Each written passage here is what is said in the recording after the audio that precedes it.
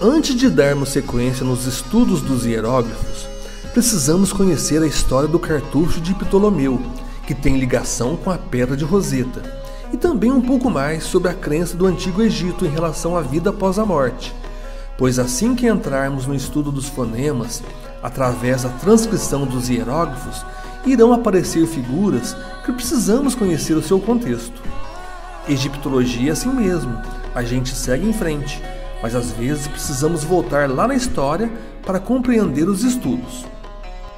No ano de 1799, a uns 6 quilômetros do pequeno povoado de Rashid, em Roseta, uma unidade de soldados franceses trabalhava no Forte Julien, sob o comando de Napoleão, quando um dos soldados achou uma pedra muito incomum, já com alguns cantos quebrados.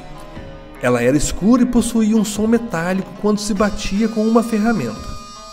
Observando mais de perto, notou que tinha várias escritas antigas e curiosas, e ao mostrá-la para um oficial chamado Bolsard, o mesmo reconheceu o valor da pedra.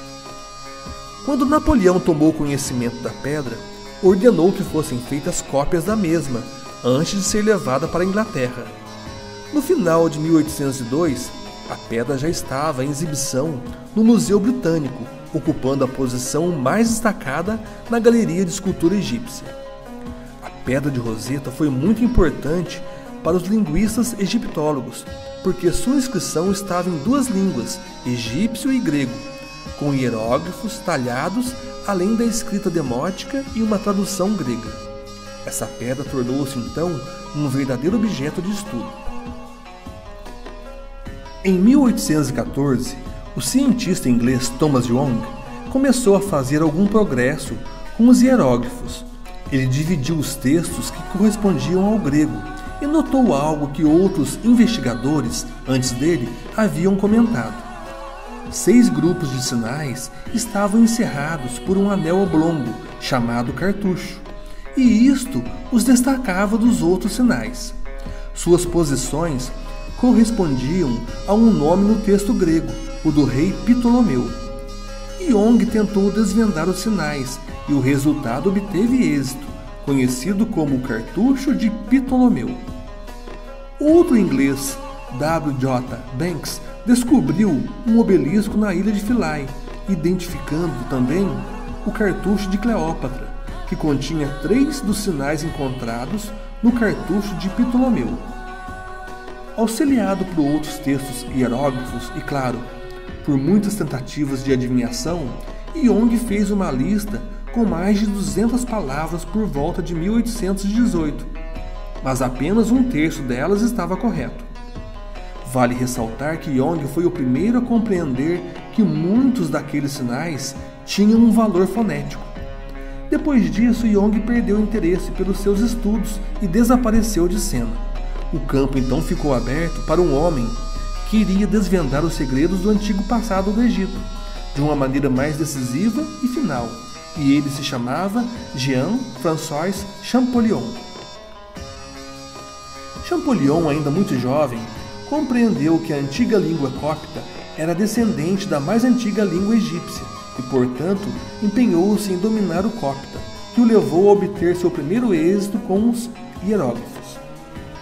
Conforme vários sinais deixavam escapar seus significados, mesmo com os intensivos esforços de Champollion, uma ideia simples lhe ocorreu em 1821. Ele somou a quantidade de sinais hieroglíficos da Pedra de Roseta e descobriu que o total era de 1419. Mas como o texto grego continha apenas 486 palavras, os hieróglifos não poderiam ser apenas ideogramas ou símbolos, visto que havia 3 vezes mais deles. Retornando ao estudo do nome de Ptolomeu, já parcialmente decifrado por Young, Champollion, então, conseguiu lê-lo de forma correta, ou seja, leu o nome como Ptolomis. Com a descoberta do obelisco de Banks, Champollion teve também como corrigir sua própria leitura através do cartucho de Cleópatra, analisando estes 2 nomes letra por letra. Após muitos estudos, certo dia apareceu um cartucho diferente. Era o cartucho de Ramsés, provando que os hieróglifos não haviam mudado radicalmente por centenas de anos. Champollion estava certo de que havia encontrado a chave para desvendar os segredos da história egípcia, mas suas pesquisas excitadas e incansáveis iam contra suas necessidades físicas, deixando-o fraco e exausto.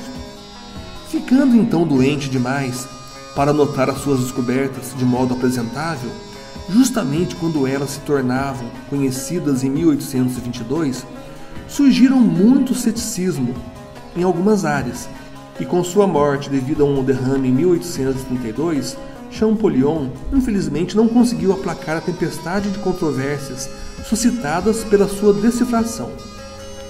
Sendo assim, a porta estava aberta novamente para outros estudiosos, que reassumiram o trabalho onde Champollion havia parado. Entre eles, Carl Richard Lipsius, um alemão que se determinou em elucidar cada pormenor, e em 1837 forneceu um tratado cabal sobre o assunto. Outra inscrição encontrada em Tanis, no Baixo Egito, em 1866, era semelhante à Pedra de Roseta. Era uma estela que continha um texto hieroglífico e um grego, e também um texto demótico na margem. Veio a ser chamada de Decreto ou Tábua de Canopo. Lipsius leu os textos hieróglifos e gregos na sua primeira tentativa. Agora então, a Pedra de Roseta podia ser lida por completo, junto com milhares de outras inscrições egípcias. Observe novamente o cartucho de Ptolomeu. Ele estava escrito em grego, Ptolomaios, mas concentre-se na palavra Ptolmes, estudada e corrigida por Champollion, e veja que você já consegue ler e compreender conforme o alfabeto acima.